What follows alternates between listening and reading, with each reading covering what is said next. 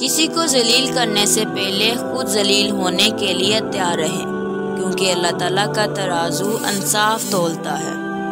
لوگوں کے ساتھ نیکی کرتے رہیں اور اس انتظار میں نہیں کہ وہ آپ کی نیکی لوٹائیں گے، بلکہ اس عقیدے کے ساتھ کہ اللہ تعالیٰ نیکی کرنے والے کو پسند کرتا ہے۔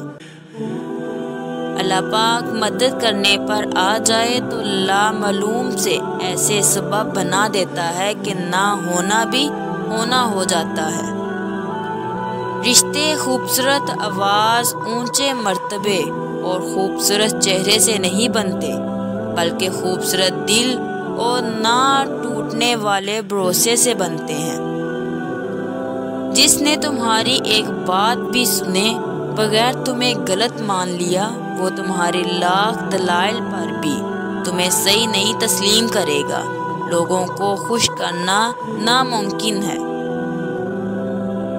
حضرت علی رضی اللہ عنہ نے فرمایا، انسانوں کی تمام پریشانی دو باتوں کی وجہ سے ہے، تقدیر سے زیادہ چاہتا ہے، وقت سے پہلے چاہتا ہے۔ جھوٹے انسان کی اونچی آواز سچے انسان کو خاموش کر دیتی ہے، لیکن سچے انسان کی خاموشی جھوٹے انسان کی بنیاد ہلا دیتی ہے۔ اخبار کی جھوٹی خبریں انسان خرید کر پڑھتا ہے اور قرآن کی سچی خبریں مفت میں بھی نہیں پڑھتا۔ کسی کی میٹھی باتوں کا اعتبار ہرگز یہ نہیں کہ آپ اس کے لیے خاص ہو۔